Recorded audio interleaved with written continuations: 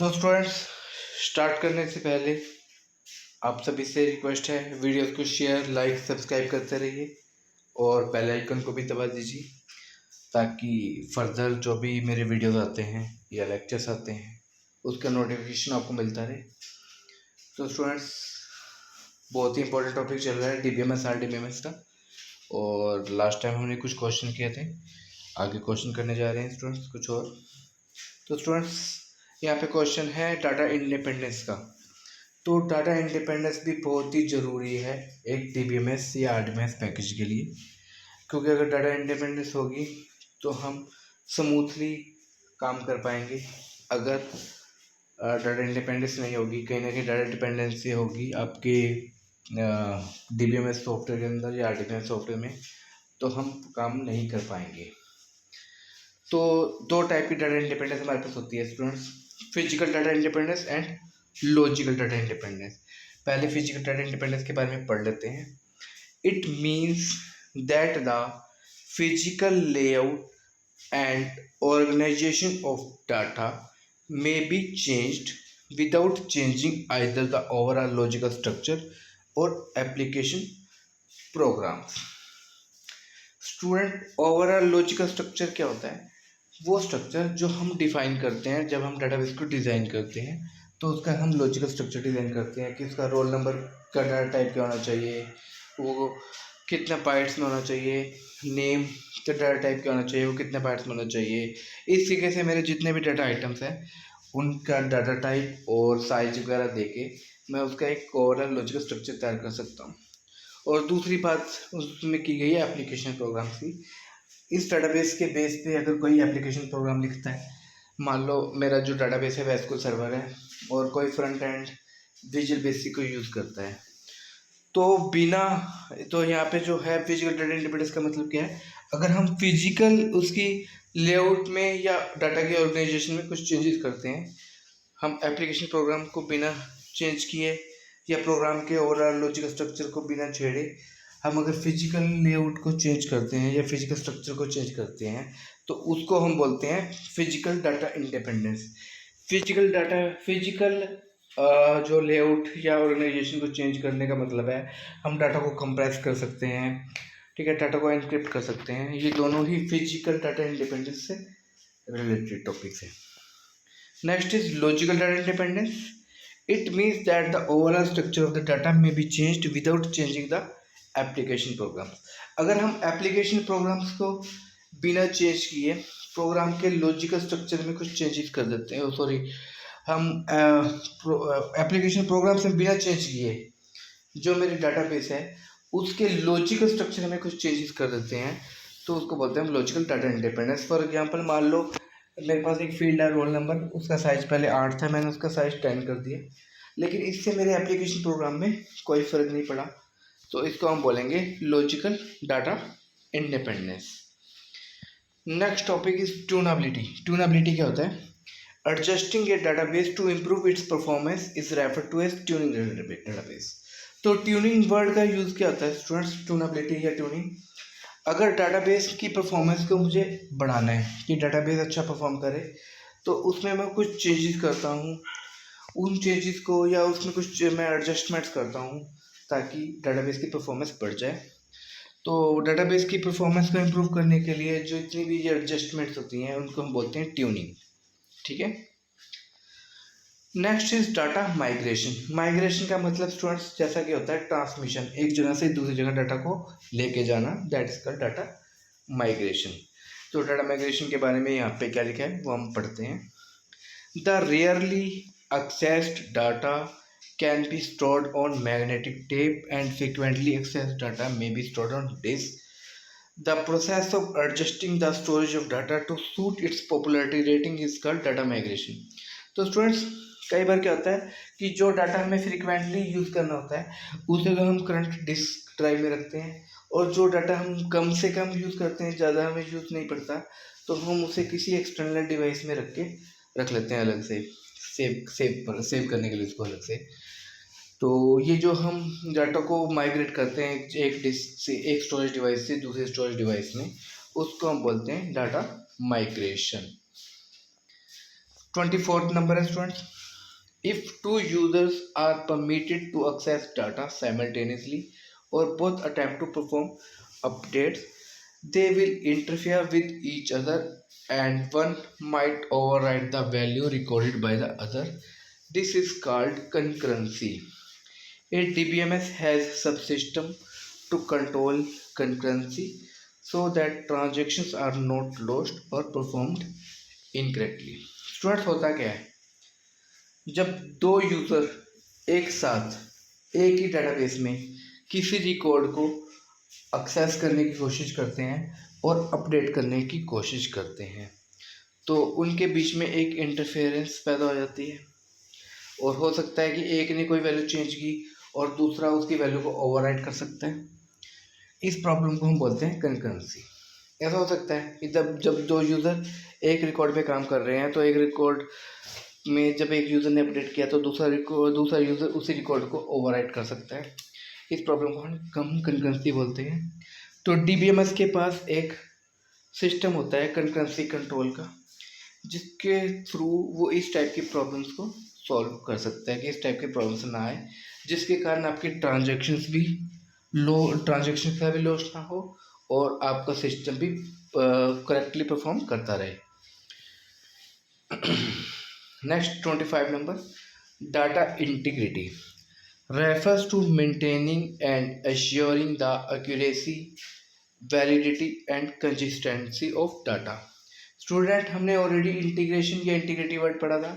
जब हमने इंटीग्रिटी पढ़ा था तो उसमें हमने पढ़ा था unification of several files into one files, मतलब कुछ फाइलों के डाटा को एक फाइल्स में अगर हम कलेक्ट कर लेते हैं, कंबाइन कर लेते हैं, तो उसको बोलते हैं हम integrity.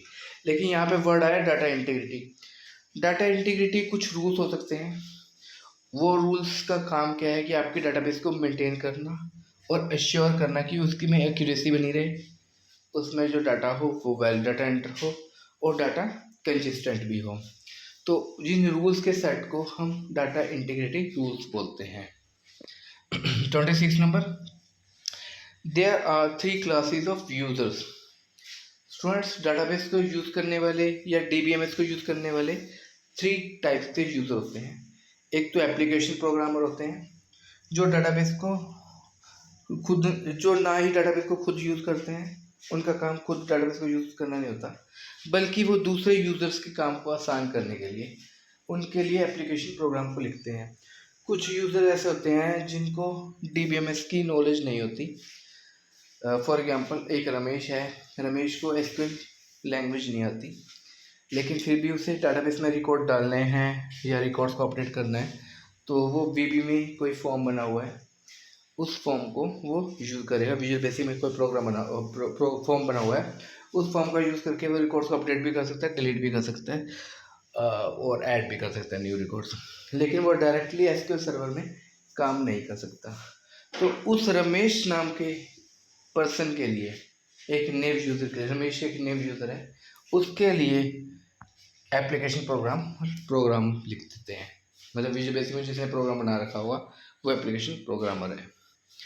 Second is dBA, database administrator, जो एक्चुअल में डाटाबेस को डिज़ाइन करते हैं, क्रिएट करते हैं और मेंटेन करते हैं, वो डीबीए होते हैं, डाटाबेस एडमिनिस्ट्रेटर। और तीसरे end users.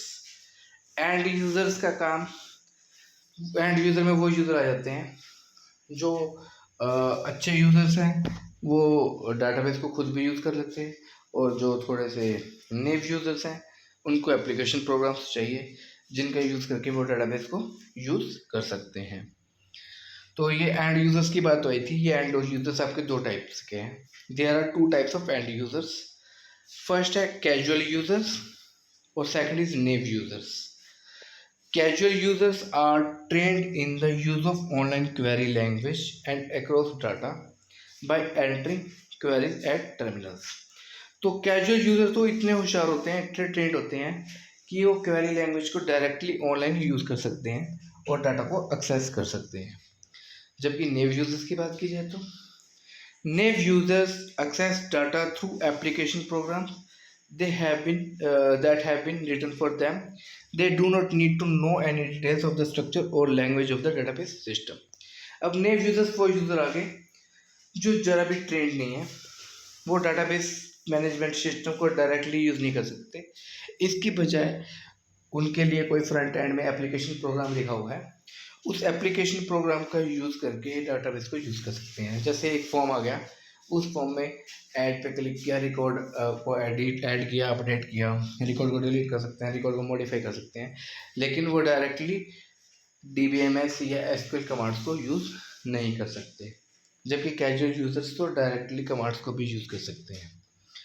28 number, what is data dictionary? Data dictionary is a file that contains data about data. तो डाटा के बारे में इंफॉर्मेशन को स्टोर करना, मतलब मेटा डाटा को स्टोर करना इज कॉल्ड। तो एक तो ऐसी फाइल जो आपके मेटा डाटा को स्टोर करती है, मेटा डाटा, उसको हम बोलते हैं डाटा डिक्शनरी। तो डाटा डिक्शनरी में आपके जितने भी ऑब्जेक्ट्स हैं उन सब की इंफॉर्मेशन रहती है, चाहे वो एंटिटीज हो, एट्रीब्यूट्स हो, मैपिंग्स हो, क्रॉस रेफरेंस इंफॉर्मेशन हो, सारी की सारी इंफॉर्मेशन आपके डाटा डिक्शनरी फाइल में रहती है। तो इसलिए हम कह सकते हैं कि डाटा डिक्शनरी एक इस टाइप की फाइल है जिसका मतलब है जो कंटेन करती है डाटा अबाउट डाटा। ठीक है। 29 नंबर, क्वेरी प्रोसेसर। जो भी स्टूडेंट्स हम SQL क्वेरीज लिखते हैं या सिंपल क्वेरीज लिखते हैं, उन सबको प्रोसेस करने का काम एक सॉफ्टवेयर करता है, उसका नाम है क्वेरी प्रोसेसर। तो query processor is used to interpret the online user query and convert into an efficient series of operations in a form capable of being sent to the data manager for execution। तो ये तो query processor का काम क्या है students? जो भी हमने यूज़र ने क्वेरी लिखी, उस क्वेरी को ये इंटरप्रेट कर देगा, मतलब ट्रांसलेट कर देगा, उसको एक ऐसी फॉर्म में कन्वर्ट कर देगा जो कि डाटा मैनेजर के पास भेजी जा सकती है, ताकि डाटा मैनेजर उस क्वेरी को एग्जीक्यूट कर सके। तो क्वेरी प्रोसेसर का काम क्या है? डाटा को इंटरप्रेट करना और उसे क्वेरी उसके डाटा मैनेजर के पास भेज देना ताकि वो एग्जीक्यूट हो सके। ये काम रहता है आपका क्वेरी प्रोसेसर का। 30th number, sophisticated end users. Students, कई बार तो कैजुअल यूजर की बात हो रही है, कई बार सोफिस्टिकेटेड एंड यूजर की बात हो रही है। तो पढ़ते हैं एक बार। Sophisticated end users interact with the system without writing application programs. They form request by writing queries in a database query language. तो स्टूडेंट्स, हमने कैजुअल यूजर्स के बारे में भी यही पढ़ा था। ऊपर चलें एक बार। Casual users are trained in the use of the online query language and access data by entering query terminals. मतलब इन्हें किसी एप्लीकेशन प्रोग्राम की ज़रूरत नहीं है और ना ही ये एप्लीकेशन प्रोग्राम लिख सकते हैं, बल्कि ये डायरेक्टली ऑनलाइन क्वेरीज को यूज़ कर सकते हैं। तो सोफिस्टिकेटेड यूजर्स के बारे में भी यही है, मतलब हम कह सकते हैं कि सोफिस्टिकेटेड एंड यूजर और casual users are same. Sophisticated end users interact with the system without writing application programs. They form request by writing queries in a database query language. इनको किसी एप्लीकेशन प्रोग्राम की जरूरत नहीं है, ये directly commands आपकी queries लिखते हैं और उनको यूज करते हैं, चाहे डाटाबेस क्वेरी लैंग्वेज कोई भी हो। जबकि स्पेशलाइज्ड एंड यूजर्स की बात की जाए तो 31 नंबर यही है। Specialised end users interact with the system with writing special database application programmes.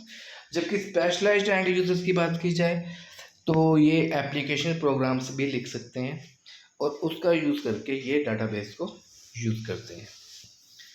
तो एंड यूजर्स ये डायरेक्टली सिस्टम के साथ इंटरेक्ट करते हैं एप्लीकेशन प्रोग्राम्स का यूज़ करके, और एप्लीकेशन प्रोग्राम के थ्रू हम डाटाबेस को भी यूज़ कर सकते हैं। 32 नेव users. Nav users access data through application programs that have been written for them. They need not to know any details of the structure or language of the database system. Nav users बिल्कुल ऐसे users हैं जो ना कि DBMS में कोई programme, कोई database बना सकते हैं, ना उसको यूज़ कर सकते हैं। वो उनको तो बने बनाए एप्लीकेशन प्रोग्राम चाहिए जिनका यूज़ करके वो डाटाबेस को यूज़ कर सकते हैं। डायरेक्टली डाटाबेस को यूज़ नहीं कर सकते, बल्कि किसी एप्लीकेशन प्रोग्राम के थ्रू यूज़ करते हैं। तो ऐसे यूजर्स को हम बोलते हैं नेव यूजर्स। 33 नंबर, डाटा अब्स्ट्रैक्शन। 33 नंबर क्या है? Data abstraction. तो data abstraction refers to the act of representing essential features without including the background details और एक्सप्लेनेशंस। तो स्टूडेंट, डाटा अब्स्ट्रैक्शन का मतलब क्या है? जनरली हम डाटा को यूज़ करते हैं, हम उस इंफॉर्मेशन को यूज़ करते हैं जो कि हमारे लिए मीनिंगफुल है, अब उस इंफॉर्मेशन को तैयार करने के लिए कितनी कम्प्लेक्सिटीज लगी हों, कितनी बैकग्राउंड डिटेल्स हों, उनको हम इग्नोर करते हैं, उन्हें हमें इंक्लूड भी नहीं करते, इग्नोर करते हैं। जबकि उस इंफॉर्मेशन की जो मीनिंगफुल है इंफॉर्मेशन है या यूजफुलनेस है, हम सिर्फ उसको यूज़ करते हैं। इस कंसेप्ट को बोलते हैं हम डाटा अब्स्ट्रैक्शन। अब फॉर एग्जांपल किसी ने गाड़ी चलानी सीखनी है, तो वो तो बस वो गाड़ी चलाना सीखेगा। अब गाड़ी चल कैसे रही है, उसके पीछे क्या मैकेनिज्म है, कैसे मोटर्स वगैरह काम कर रही हैं, उससे उसकी ज़रूरत नहीं है, उसको एक्सेप्ट करने की उसकी ज़रूरत नहीं है, उसको सीखने की उसको ज़रूरत नहीं है। उसको बस ये सीखना है कि गाड़ी कैसे चलती है। तो ये कंसेप्ट है डाटा अब्स्ट्रैक्शन का। 34 number, the DBMS architecture is divided into three levels. बहुत ही इंपॉर्टेंट क्वेश्चन है स्टूडेंट ये कि DBMS आर्किटेक्चर कितने लेवल्स में डिवाइड है। तो ये 3 लेवल्स में डिवाइडेड है, एक्सटर्नल लेवल, कंसेप्चुअल लेवल और इंटरनल लेवल। स्टूडेंट्स, हमने पीछे बात की थी डाटा इंडिपेंडेंस में, एक तो हमने बात की थी लॉजिकल डाटा इंडिपेंडेंस की और एक फिजिकल डाटा इंडिपेंडेंस की। तो फिजिकल डाटा जो रहता है आपका, अगर फिजिकल डाटा की बात करें तो वो इंटरनल लेवल पे रहता है, और अगर हम लॉजिकल डाटा इंडिपेंडेंस की बात करें तो वो हमारा रहता है कंसेप्चुअल लेवल पे। और हम उसको आगे मतलब एक्सटर्नल लेवल होता है आपका व्यू लेवल। एक्सटर्नल लेवल का मतलब व्यू लेवल, जिसमें हम देख सकते हैं। इंटरनल लेवल मीन्स फिजिकली आपका डाटा कैसे स्टोर हो रहा है। और कंसेप्चुअल लेवल जहाँ पे आपका एक्चुअल में ओवरऑल लॉजिकल डिज़ाइन है, वो कंसेप्चुअल लेवल पे रहता है आपका। ठीक है, तो स्टूडेंट देखते हैं इसके बारे में। पहले एक्सटर्नल लेवल की बात करते हैं। तो एक्सटर्नल लेवल क्या कहते हैं? The external level is one close to the users, that is the one concerned with the way in which the data is viewed by individual users. It is also called view level. Each user view represents some portion of the database. तो student database बहुत बड़ी होती है, तो different users को database का different part चाहिए।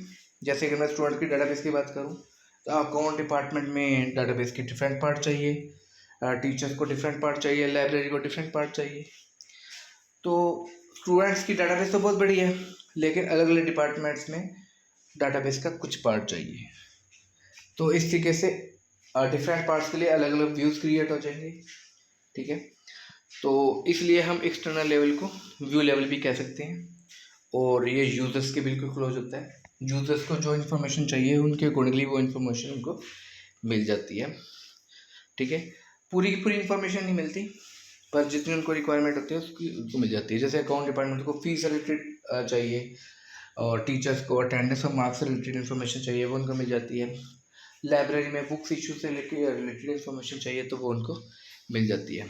तो हर एक लेवल पे, हर एक यूज़र लेवल पे, व्यू लेवल पे जो इन्फॉर्मेशन चाहिए वो मिल जाती है, जबकि डाटाबेस आपकी बहुत बड़ी रहती है।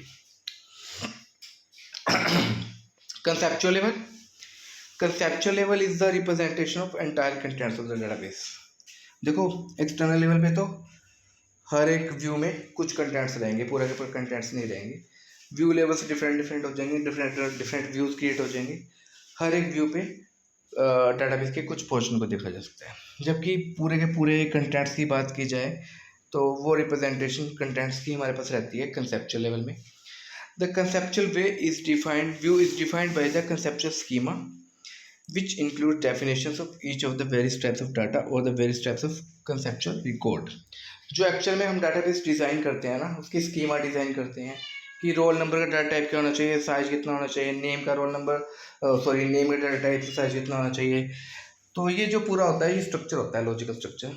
तो ये लॉजिकल स्ट्रक्चर जो होता है ये हमारा कंसेप्चुअल लेवल पे रहता है, और इस व्यू को हम कंसेप्चुअल व्यू भी बोल सकते हैं। तो पूरी की पूरी डाटाबेस के कंटेंट्स आपके कंसेप्चुअल लेवल पे रहते हैं। The conceptual schema hides the details of the physical storage structures and concentrates on describing entities, data types, relationships and constraints. तो कंसेप्चुअल स्कीमा में हमें उसकी फिजिकल स्टोरेज की डिटेल्स नहीं पता कि आपका डाटा फिजिकली कैसे स्टोर हो रहा है। हमें तो बस उसके ओवरऑल लॉजिकल स्ट्रक्चर से पता होता है कि उसका रोल नंबर, उसमें कौन कौन से डाटा फील्ड्स हैं, उनके डाटा टाइप्स क्या हैं, उनके साइजेस क्या हैं, बस हमें इन्फॉर्मेशन वो रहती है। और एक्चुअल में वो फिजिकली कैसे स्टोर हो रहे हैं उससे हमें कोई मतलब नहीं रहता इस लेवल पे, ठीक है। तो हम तो सिर्फ इस पे कंसंट्रेट करते हैं कि एंटिटीज कौन कौन सी हैं, डाटा टाइप्स क्या कौन से हैं, उनके बीच में रिलेशनशिप्स क्या हैं और क्या क्या कंस्ट्रेंट्स को यूज़ किया जा रहा है। जो सबसे बॉटम लेवल वाला हमारा होता है वो होता है इंटरनल लेवल, इसको हम फिजिकल लेवल भी कह सकते हैं। The internal level is the one close to the physical storage. ये फिजिकली स्टोरेज से रिलेटेड है एक्चुअल में। जो बिल्कुल इंटरनल लेवल है वो फिजिकली स्टोरेज से रिलेटेड है। That is the one concern with the way in which the data is actually stored, it is also called physical level. मतलब डाटा एक्चुअली आपका फिजिकल मीडियम में कैसे स्टोर हो रहा है वो आपका इंटरनल लेवल होता है। और बल्कि आप जो डिज़ाइन कर रहे हो लॉजिकल स्ट्रक्चर वो कंसेप्चुअल स्कीम होता है। और जो यूजर्स को मिल रहा है उसमें से कुछ पोर्शन उसको हम व्यू लेवल या एक्सटर्नल लेवल कहते हैं, ठीक है। अब data compression and encryption techniques are considered at the internal level. क्योंकि डाटा कंप्रेस करना है तो डाटा कंप्रेस भी हमारा फिजिकल लेवल पे होगा, क्योंकि स्टोरेज के अंदर डाटा है। तो डाटा को कैसे स्टोर करना है, कितने साइज में उसे स्टोर करना है, that is called data compression. और उसे एनक्रिप्ट का मतलब भी ये है कि उसको सिक्योर करना है, तो वो फिजिकल लेवल पे सिक्योर होगा। तो डाटा कंप्रेशन या एनक्रिप्शन टेक्निक्स ये आपके इंटरनल लेवल और फिजिकल लेवल पे ही आती हैं, ठीक है। Next question, there are two types of mapping in DBMS architecture. तो DBMS आर्किटेक्चर हम पढ़ रहे थे, तो इसमें दो टाइप की मैपिंग है। एक तो एक्सटर्नल कंसेप्चुअल मैपिंग है और एक कंसेप्चुअल इंटरनल मैपिंग है। तो स्टूडेंट सबसे ऊपर वाला जो लेवल होता है एक्सटर्नल लेवल होता है, बीच वाला कंसेप्चुअल लेवल होता है और सबसे नीचे वाला लेवल इंटरनल लेवल होता है। तो पहले मतलब इसमें दो टाइप की मैपिंग है। एक तो ऊपर वाले दोनों लेवल्स में एक्सटर्नल और कंसेप्चुअल मैपिंग है, और फिर नीचे वाले दोनों में इंटरनल और कंसेप्चुअल मैपिंग में। तो क्या होता है ये पढ़ते हैं। 14 number, external conceptual mapping defines the correspondence between a particular external view and the conceptual view। तो conceptual view में स्टूडेंट्स डाटाबेस के पूरे कंटेंट्स होते हैं, जबकि पर्टिकुलर एक्सटर्नल व्यू में हमें उसके कुछ पोर्शन चाहिए। तो उन दो मतलब एक तो कंसेप्चुअल व्यू में और एक पर्टिकुलर एक्सटर्नल व्यू के बीच में जो करेस्पॉन्डेंस होती है उसको हम एक्सटर्नल कंसेप्चुअल व्यू कहते हैं।